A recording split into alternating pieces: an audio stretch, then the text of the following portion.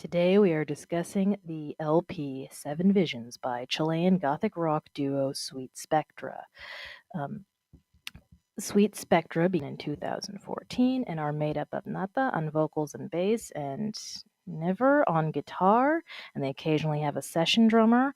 They're a melodic goth band with an ethereal lean, sometimes more rocking. They have a lot of post-rock influence, not just post-punk, but post-rock, which came later. And the vocals are very post-punky, though, in my opinion, because when you think of the ethereal goth sound, you think of a very specific airy type of vocals, but that's not what we get from Nata here. And this particular album, as I mentioned, called Seven Visions, came out in October 2018, and it's made up of 7 songs, which I all consider to be pretty good.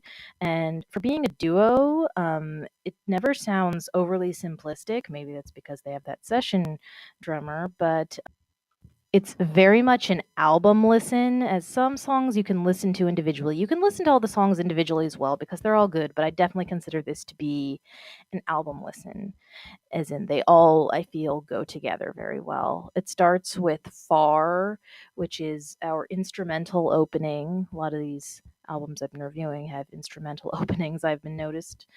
And it has a very post-rock sound over that more general ethereal goth sound, with the distortion and the use of pedals, clearly, which I think is very cool. And then next we have Existence, which actually has vocals in it because it's not just the opening anymore.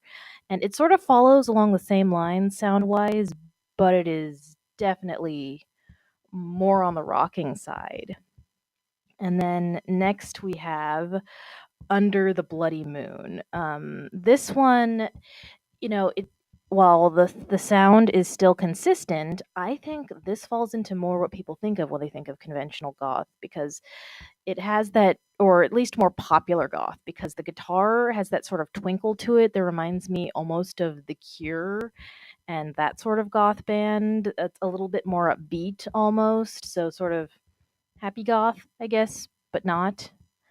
And and then we continue along because they cover a lot of different sorts of goth in this album, because their next song, Fleshless, I think almost has a death rock touch to it, especially with the way that the guitar sounds at the beginning, um, which, has that more, I don't want to say real feel to it, but not quite as distorted and airy. It's more just the way people think of guitars, but with the death rocky sound.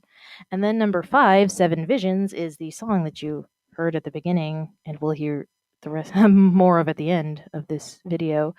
Is It's sort of got this distorted atmospheric drone to it, very creepy, sort of creepy rocking, drony, ethereal, all that goth sound to it.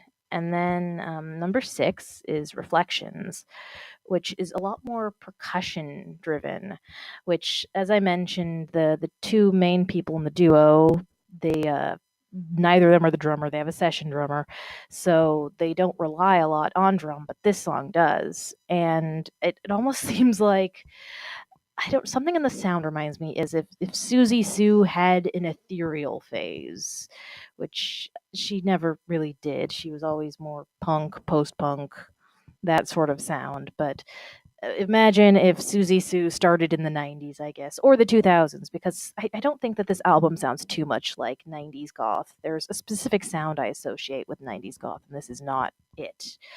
And then finally, our last song is Vale. And it has actually has some spoken word at the end, but I can't really understand it, and I don't know who's speaking. But it's, I think, a good ending piece because it has a very spiraling feel to it. If you follow me on my other social media accounts, you have seen the video to this song, or seen that I've made the video available, even if you haven't watched it. And I think that it's always good when songs give you, a feeling as well as not just a sound. But anyways, I highly recommend this album. A lot of you will be happy to know, because I know some of my listeners are very much people from the United States, This is all the vocals are in English.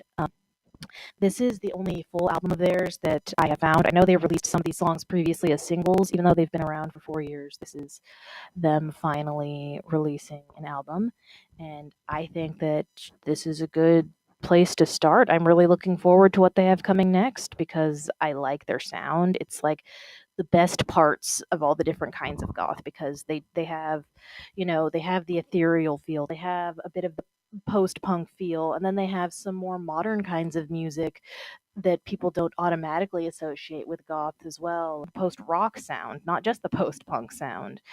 And it's a good combination because it's very ethereal, like I said, but they also rock more sometimes. And I like the way that they use all their effects. Some people, I think, overuse them, and they did not.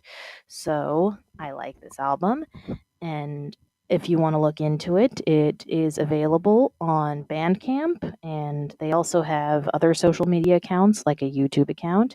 And if you want to hear more about Latino based and Latin America based goth media, you should follow me on my social media accounts, which will be linked at the bottom.